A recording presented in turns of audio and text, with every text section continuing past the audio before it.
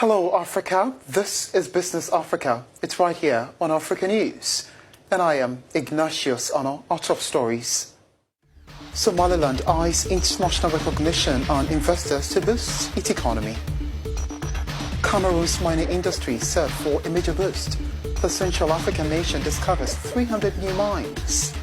And a little later, Zimbabweans lament harsh living conditions as economic crisis bites harder. Thank you for joining me. Let's begin the program from the Horn of Africa. Somaliland is seeking investors to boost trade and ultimately the local economy. The semi-desert territory on the coast of the Gulf of Aden declared its independence from Somalia in 1991. It is a main livestock exporter. The World Bank pegs its gross domestic product at $1.9 billion US. As of 2017, the population of Somaliland stands at 3.5 million. The country has been working to secure recognition as a sovereign nation by the international community. In recent times, it has opened doors for investors. Internationally acclaimed logistics company DP World has pumped over $400 million US to support the government plans for diversification. My colleague Ronald Kato spent a few days in Hargeisa in the port of Berbera. It is the commercial capital of Somaliland. He joins me in the studio to discuss DP World's projects and what this means for the local economy.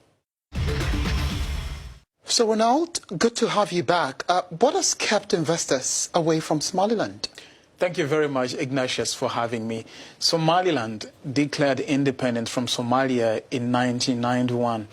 And since then, it's been run like an independent country. But it doesn't have yet the recognition of the international community. So doubts about its political status have kept investors away.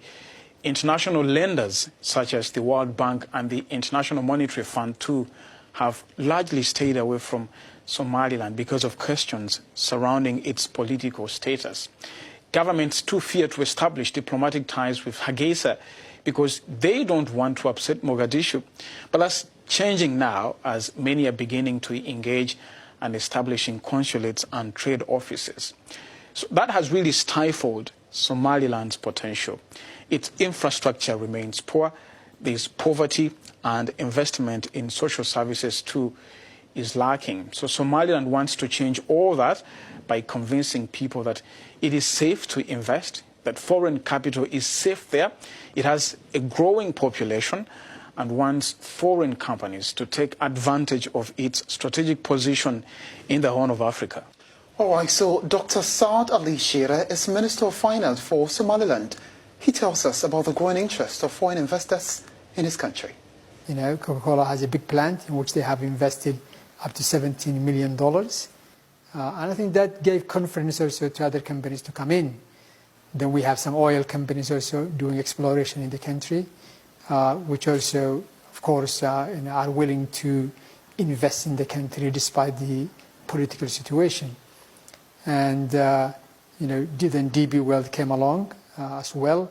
So I think even though it's not easy to attract foreign investment, we have been able to do that. And that's because we offer not only opportunities, apparent opportunities. Somaliland is a gateway to many landlocked countries in East Africa.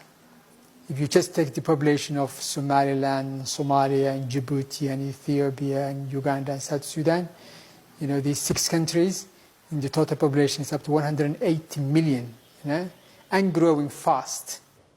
And that's the Finance Minister for Somaliland, Dr. Saad Ali Shire. So, Ronald, talk to me about how these investments are supposed to impact the lives of the ordinary Somalilander. Ignatius, a $400 million project by DP World to develop the port of Berbera has raised the country's confidence levels. A free zone is said to be created in Berbera to spur industrialization. It also comes with support infrastructure. They know that will create jobs and companies will pay tax. The DP World Port project is also a vote of confidence in Somaliland's leadership.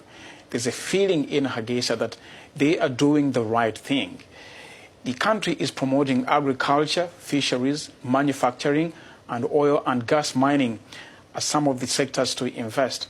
But Somaliland, Ignatius, also offers something that's quite rare in that part of Africa, and that's political stability.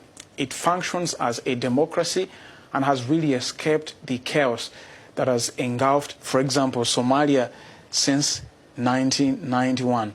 And here's what the CEO of DP World, Berbera, told me about how an expanded Berbera port rhymes with Somaliland's ambitions.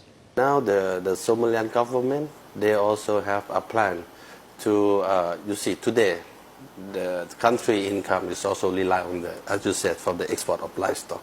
They are also expanding to see other source of the country revenue, like fishing, mining, the oil and gas that they are working now. And then Berbera port is built to support this. So when they are ready, the port is ready. It's 17 months, 16 months from now. The port will be moved to another level. Supachai Watanavira Chai is Chief Executive for DP World Berbera, and earlier you heard my colleague Ronald Kato. You're watching Business Africa. We'll be right back.